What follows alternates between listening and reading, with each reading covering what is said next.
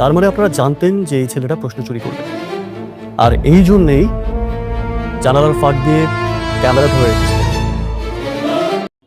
মিরাজ ও শান্তরা মিলে প্রিন্সিপালের রুম থেকে যে প্রশ্ন চুরি করেছিল তার এখন ধরা পড়ে গেছে।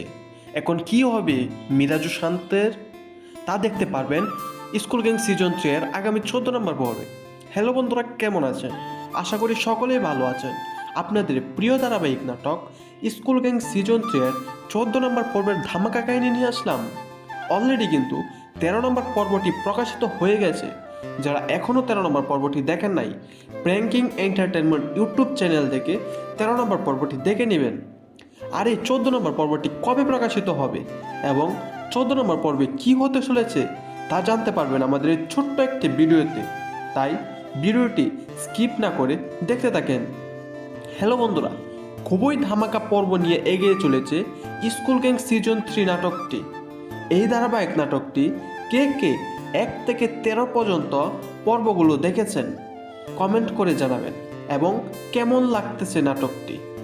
হ্যালো গাইস, মিরাজ ও শান্তরা পরীক্ষায় ভালো করার জন্য প্রশ্ন চুরি করতে গিয়েছিল, কিন্তু তাদেরই সহপাঠী তাদের কথা শুনে ফেলে এবং সাথীকে জানিয়ে দেয়।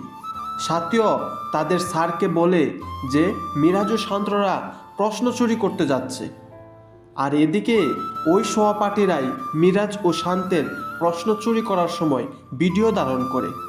আর এই ভিডিও পরীক্ষার দিন প্রকাশ করবে প্রিন্সিপালের সামনে, যেন মিরাজ আর ব্যাকটেরিয়া হতে না পারে। এদিকে মিরাজ ও শান্তকে স্যার অনেক মারবে। এদিকে আবার নতুন একজন ব্যক্তি আসবে, তা তদন্ত করবে এবং স্যারের সব কিছু এই তদন্তে ফাঁসও হয়ে যেতে পারে। তাহলে কথা হলো, মিরাজ কি এখন ব্যাকটেরিয়া হতে পারবে?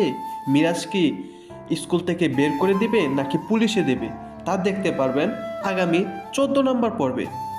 আর এই স্কুল গ্যাং সিজন 3 14 নম্বর পর্বটি প্রকাশিত হতে চলেছে আগামী বৃহস্পতিবার ঠিক দুপুর 12টায়। আর এই রকম ধারাবাহিক নাটকের আপডেট ভিডিও পেতে আমাদের চ্যানেলটি এখনই সাবস্ক্রাইব করে রাখেন। ধন্যবাদ সকলকে।